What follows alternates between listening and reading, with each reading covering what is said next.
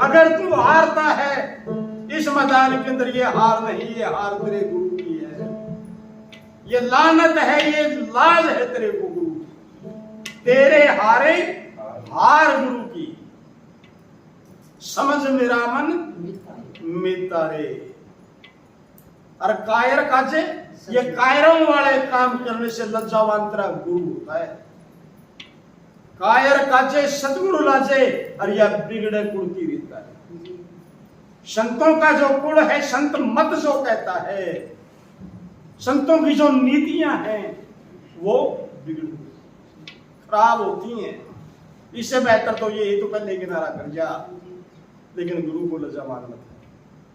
या बिगड़े कुल की रीता रे, 5 को मार 5 को मार 25 कर बस में तुम बारूद दाग पलीता रे। बारूद का पलीता दाग दाग करके 5 और 25 प्रकृति 500 विषय, इन 30 को ढेर कर दो, ढेर बना दे।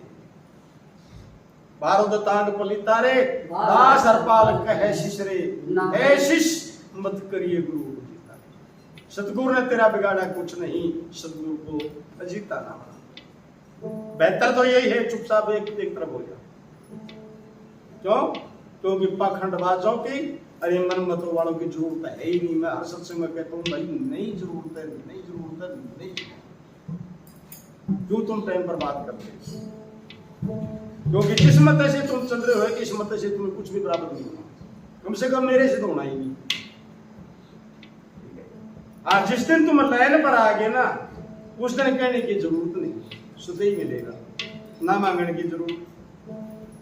गुरु लजावे ठोर न पावे, खावे धक्के नरके, कुष्ठ लगे तन कीट पड़े, मुख बेड़ा जावे घर के, लाई सुला गई साबरी वयम मुखाड़ा हो नरक रे।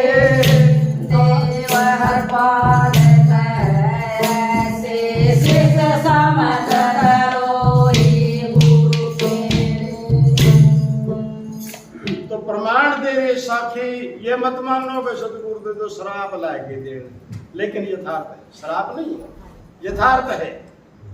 जो गुरु लजावे छोड़ नहीं पावे, गुरु लजावे छोड़ ना पावे, खावे धक्के नरके रे।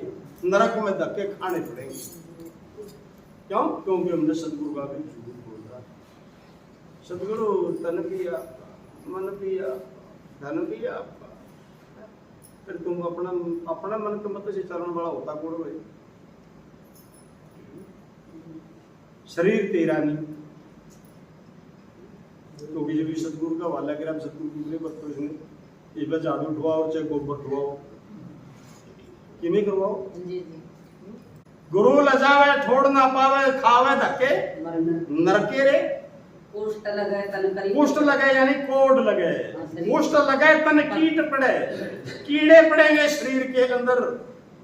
कुष्ठ लगे तन कीट पड़े, मुंह काला हो हर करे, उस मालिक के दरबार। तन करी पड़ा मुख बेड़ा जावे घर के, मुख बेड़ा जावे घर के रे। तेरा बेड़ा का बेड़ा ही कर लई सुलाख हिसाब लेवे, और ले सुलाख हिसाब लेवे।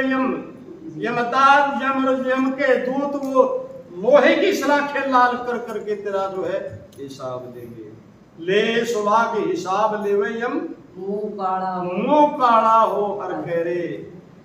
कह देव हरपाल ऐसे सिख समझ द्रोही गुरु के।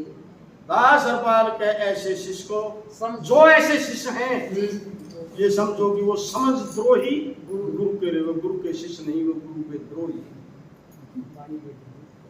कितने के दिन छुपाए रखेंगे अपने आपको? तुम भी चोरी करके फिर पानी में लुको है,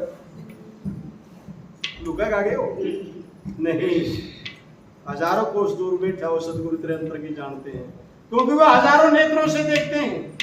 वो नेत्रों से नहीं देखते, क्योंकि जितने भी नेत्र हैं इस संसार में, जितने भी जीवों के आंखें हैं, सतगुरु बिना आंखों के देखते हैं, वो आंखों से नहीं देखते। लेकिन इस हर जीव के पास आंख है। इस धरती के ऊपर जितनी भी आंखें हैं, ये सारी आंखें सतगुरु से देखती हैं।